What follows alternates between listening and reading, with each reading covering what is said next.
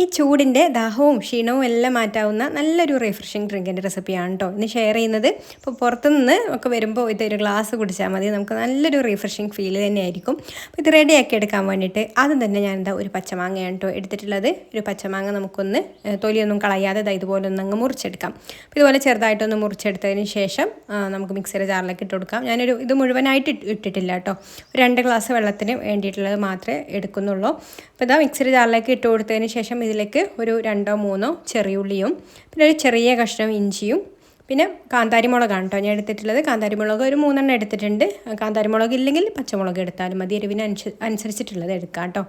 പിന്നെ ഇതിലേക്ക് കറിവേപ്പിലയും പാകത്തിനുള്ള ഉപ്പും പിന്നെ ഇത് അടിക്കാൻ ആവശ്യമായിട്ടുള്ള വെള്ളവും പിന്നെ ഐസ് ക്യൂബും കൂടെ ചേർത്ത് കൊടുക്കുന്നുണ്ട്. എന്നിട്ട് ഇത് നന്നായിട്ടൊന്ന് അടിച്ചെടുത്തതിന് ശേഷം നമുക്കിതൊന്ന് അരിച്ചെടുത്തിട്ട് നമുക്കിതിലേക്ക് ഇനി ഉപ്പോ അതുപോലെ വെള്ളമൊക്കെ ചേർത്ത് കൊടുക്കണമെന്നുണ്ടെങ്കിൽ മാങ്ങയുടെ പുളിക്ക് ആവശ്യത്തിന് ആയിട്ടുള്ള വെള്ളമൊക്കെ ചേർത്ത് കൊടുത്തിട്ട് മിക്സ് ചെയ്ത് കൊടുക്കാം കേട്ടോ. എന്നിട്ട് ഗ്ലാസ്സിലേക്ക് ഒഴിച്ച് കൊടുത്തിട്ട് നല്ല തണുപ്പോട് കൂടിയിട്ട് തന്നെ കുടിക്കാം. നല്ല അടിപൊളിയായിട്ടുള്ളൊരു റിഫ്രഷിങ് ഡ്രിങ്കാണ് കേട്ടോ ഈ ഒരു പച്ചമാങ്ങ സംഭാരം. അപ്പോൾ ഒന്ന് ട്രൈ ചെയ്ത് നോക്കിക്കോളൂ.